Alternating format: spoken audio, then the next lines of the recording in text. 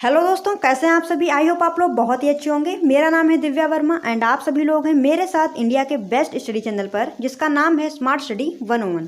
दोस्तों, आज हम लोग बात करने वाले हैं बीए सेकेंड ईयर की ड्राइंग के बारे में। आज का आपका टॉपिक रहने वाला है मुगल शैली और राजस्थानी शैली की परस्पर तुलना।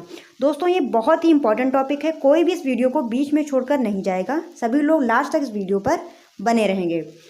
और दोस्तों, वीडियो पसंद आती है तो वीडियो को लाइक शेयर कर दीजिएगा। चलिए दोस्तों, टाइम को वेस्ट ना करते हुए वीडियो को स्टार्ट करते हैं। दोस्तों, आज हम लोग मुगल शैली और राजस्थानी शैली की परस्पर तुलना करने वाले हैं। यानी कि आज हम लोग जानेंगे कि किस प्रकार मुगल शैली राजस्थानी शैली से भिन्न है। ठीक है, दोनों में क्या अंतर है, क्या समानताएं हैं, सारा कुछ हम लोग विस्तार में जानेंगे। चलिए आगे देखते हैं। तो एक तरफ हम लोग मुगल शैली के बारे में पढ़ेंगे और दूसरी तरफ राजस्थानी शैली के बारे में। तो पहले मुगल शैली के बारे में देखते हैं। मुगल शैली दरबारी कला रही है। इसी से यहाँ मुगल राजाओं के उत्थान और पतन के साथ संबद्ध है। मुगल शैली जो मुगलिया राजा थे उनके दरबार में फली फूली। ठीक है, राजाओं ने इसे जिस प्रकार संरक्षण दिया उस प्रकार इसका उत्थान होता चला गया। ठीक है, और राजाओं ने जब इसे संरक्षण देना बंद कर दिया तो फिर इस शैली का पतन हो गया। जैसे कि आप लोग पढ़ेंगे, औरंगजेब के समय में जो मुगलिया शैली है उसका पूर्णतया अंत हो जाता है, समाप्त हो जाती है। ठीक है, अब राजस्थानी शैली के बारे में पढ़ते हैं। यह जनता के दरबार की कला है। उनकी भावनाओं, उनके जनजीवन से संबंधित धार्मिक कथाएं, सामाजिक जीवन के चित्र बहुतायत रूप में बने हैं। ठीक है, राजस्थानी जो शैली है वो जनजीवन से संबंधित शैली है। ठीक है, चलिए आगे देखते हैं। मुगल शैली। मुगल शैली ने ईरान की सफाली कलम से प्रभाव ग्रहण किया है। अब राजस्थानी शैली के बारे में देखेंगे। राजस्थानी शैली ने जैन शैली के माध्यम से ईरान की टर्कमान कलम का प्रभाव ग्रहण किया है। ठीक है, चलिए आगे देखते हैं। मुगल शैली दरबारी दृश्य, शाहनामे व उनकी व्यक्तिगत रुचियों से संबंधित विषयों को चित्रित किया गया है। मुगल शैली में बहुत सारे दरबारी दृश्य बनाए गए हैं, यानी कि दरबार में जिस प्रकार सभाएं होती थी उनके चित्र बने हैं, शाहनामों के चित्र बने हैं। ठीक है, और राजस्थानी शैली के बारे में देखते हैं।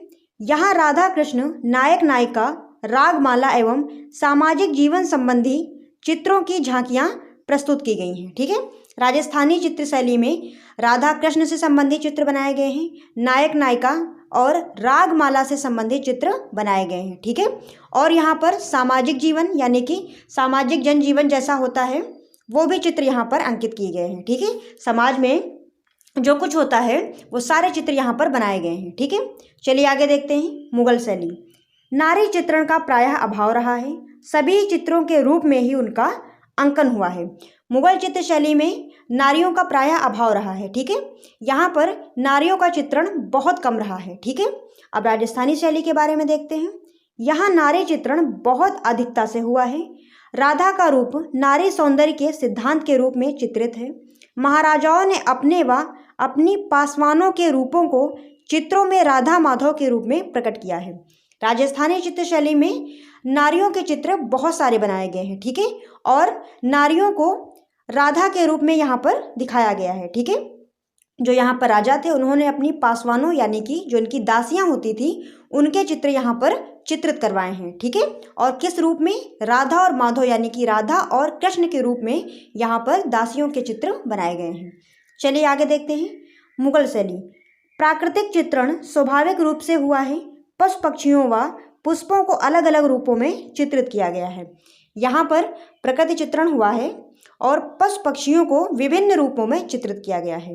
राजस्थानी शैली में यहाँ प्रकृति मानव की चिर संगिनी के रूप में प्रतिष्ठित है। ठीक है, यानी कि यहाँ पर जो प्रकृति चित्रण है वो मानव की चिर संगिनी का मतलब होता है प्राचीन काल से उसकी संगिनी रही है। ठीक है, तो यहाँ पर जो मानव आकृतियाँ हैं उनके साथ में प्रकृति का चित्रण यहाँ पर एक चिर संगिनी के रूप में हुआ है। चलिए आगे देखते हैं। मुगल शैली रेखाओं में सफाई व महीनपन है। यहाँ पर जो चित्रों की रेखाएं हैं वो बहुत ही महीन बनाई गई हैं और रेखाओं में बहुत ज़्यादा सफाई है। राजस्थानी चित्र शैली में देख लेते हैं। यहाँ रेखाओं में सफाई के साथ साथ गत्यात्मकता है, यानी कि राजस्थानी चित्र शैली में रेखाओं में सफाई तो है ही, साथ ही साथ जो रेखाएं हैं वो गतिपूर्ण बनाई गई हैं। ठीक है, रेखाओं में गत्यात्मकता है यानी कि गतिपूर्ण रेखाएं यहाँ पर अंकित की गई हैं।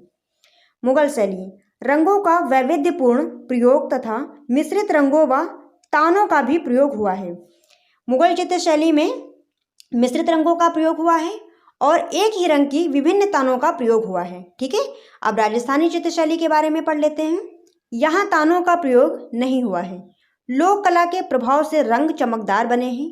बाद के चित्रों में मुगलिया प्रभाव से रंगों में सूफियानापन आ गया है। ठीक है, राजस्थानी चित्र शैली में तानों का प्रयोग नहीं हुआ है और यहाँ पर लोक कला के प्रभाव के कारण जो रंग लगाए गए हैं वो चमकदार लगाए गए हैं। ठीक है, और फिर जो बाद के चित्र थे राजस्थानी चित्र शैली में, जो बाद के चित्र हैं जिनमें मुगलिया प्रभाव आ गया है, उन रंगों में सूफियानापन देखने को मिलता है।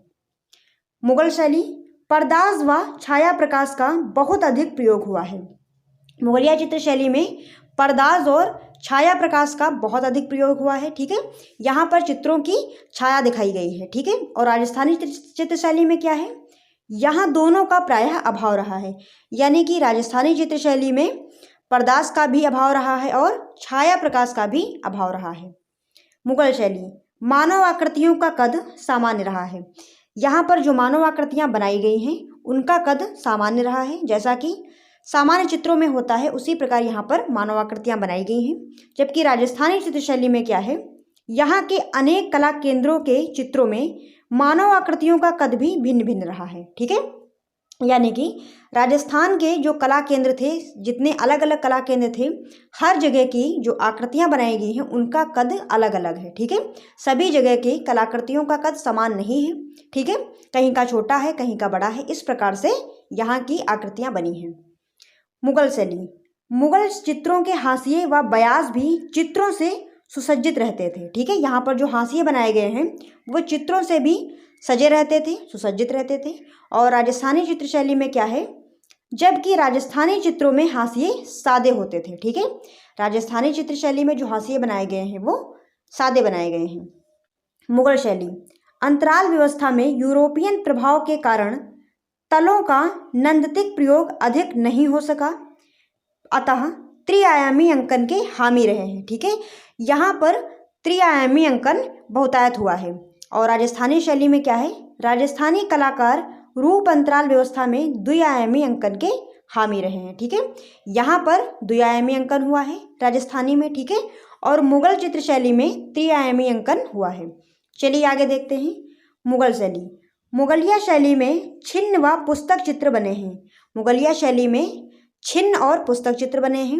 राजस्थानी शैली में भी छिन्न और पुस्तक चित्र बने हैं। ठीक है, यहाँ पर हम लोग देखते हैं कि मुगल शैली और राजस्थानी शैली में क्या समानताएं हैं। ठीक है, तो दोनों में छिन्न और पुस्तक चित्र बनाए गए हैं। ठीक है, फिर मुगलिया शैली में एक चश्म चेहरों को बनाया गया है। राजस्थानी चित्र शैली में भी एक चश्म चेहरे को बनाया गया है। यानी कि दोनों चित्र शैलियों में एक चश्म चेहरे को ही बनाया गया है। ठीक है, ये दोनों चित्र शैलियों में समानताएं हो गई। मुगलिया चित्र शैली में सभी यानी कि व्यक्ति चित्र व स्याह कलम वाले चित्र मिलते हैं। मुगलिया चित्र शैली में सभी को क्या कहते हैं, व्यक्ति चित्र। ठीक है, पोर्ट्रेट। तो मुगलिया चित्र शैली में सभी व स्याह कलम वाले चित्र मिलते हैं और राजस्थानी चित्र शैली में भी स्याह कलम वाले चित्र मिलते हैं। यानी कि दोनों जगह पे स्याह कलम वाले चित्र बनाए गए हैं।